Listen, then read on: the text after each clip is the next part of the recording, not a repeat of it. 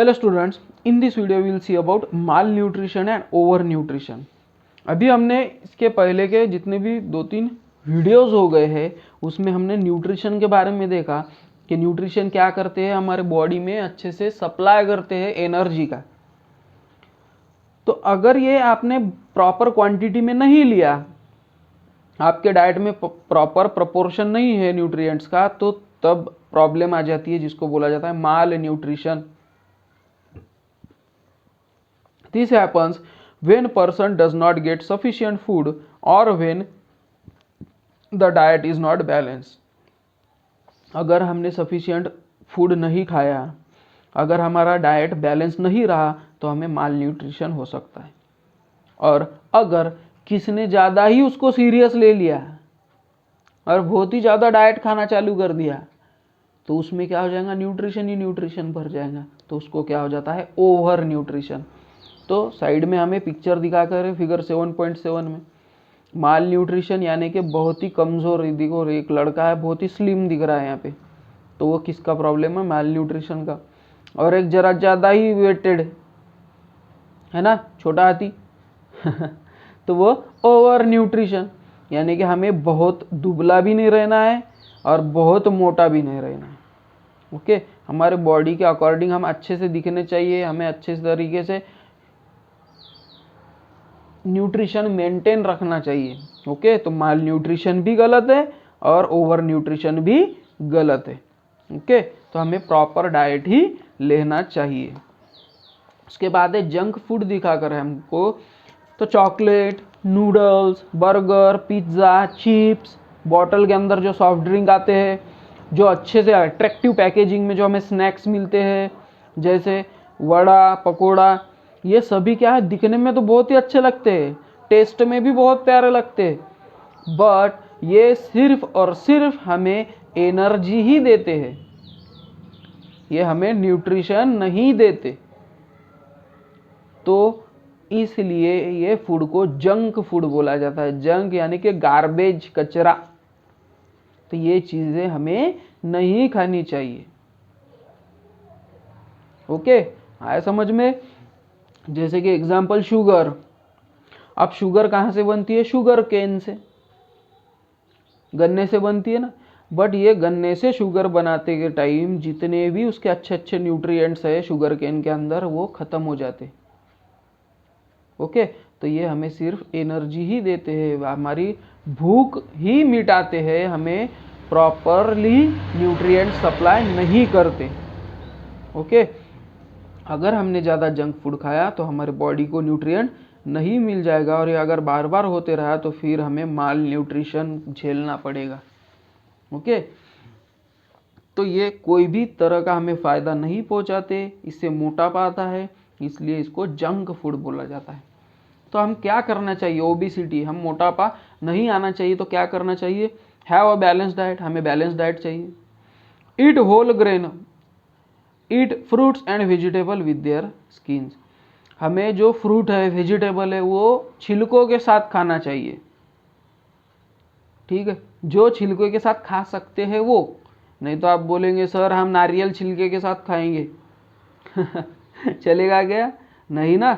तो जो स्किन के साथ हम खा सकते हैं, जैसे कि एप्पल हो गए, चीकू हो गया, है ना, वो स्किन हम खा सकते हैं, तो उसकी स्किन के साथ हमें फ्रूट वेजिटेबल खाना चाहिए। ग्रेन्स खाने चाहिए, बाजरा है, गेहूँ है, ज्वारी है, राइस है ना। Increase use of bicycle, bicycle का ज़्यादा से ज़्यादा यूज़ करना चाहिए हमें। और play more outdoor games, mobile में गेम खेलने से अच्छा हमें आउटडोर गेम्स खेलना चाहिए। क्रिकेट हो गया, कबड्डी, वॉलीबॉल, बास्केटबॉल, है ना, रनिंग, साइकिलिंग, ये हमें करना चाहिए। स्विमिंग आती होगी, स्विमिंग आपके पापा के साथ आप सीखने को जा सकते हो। ओके, हमें क्या नहीं करना चाहिए, do not eat if you are not hungry, आप अगर आपको भूख नहीं लगी तो आप खाना मत खाओ।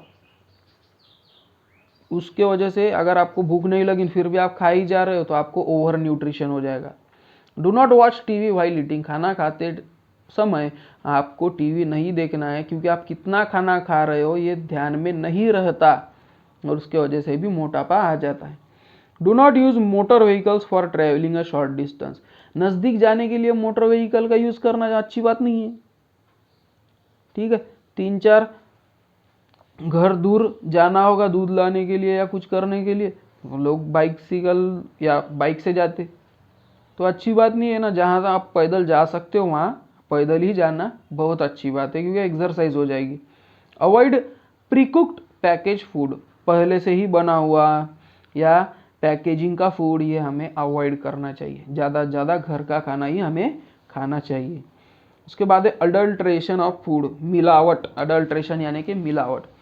अब ज़्यादा से ज़्यादा प्रॉफिट मिलने के लिए सस्ती चीज़ें लोग इस्तेमाल करते हैं और उस फूड खाने की चीज़ों में डाल देते हैं।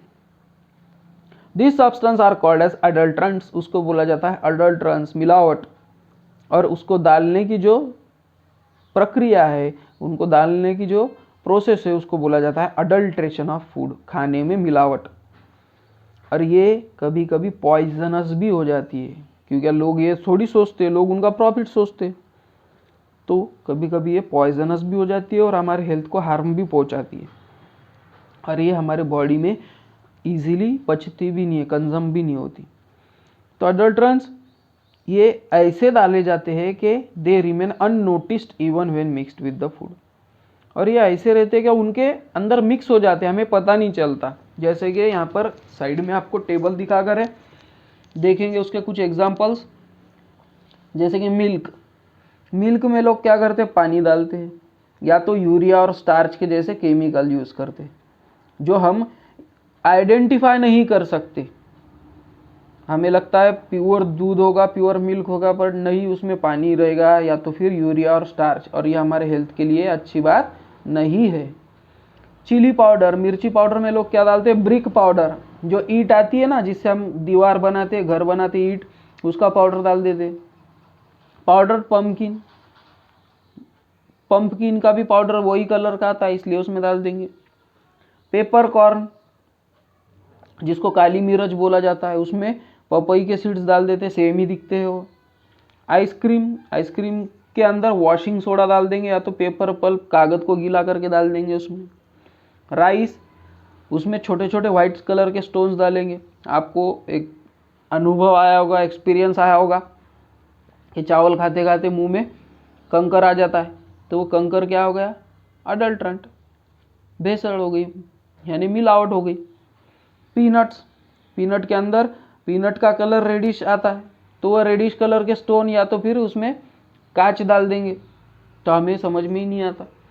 तो ये सभी फूड आइटम्स में कैसे कैसे अडल्ट्रेंट्स डाल सकते हैं, इसके एग्जाम्पल देकर, और ये हमारे हेल्थ के लिए बहुत ही हार्मफुल है। ओके, तो इस लेसन में हमने क्या क्या देखा।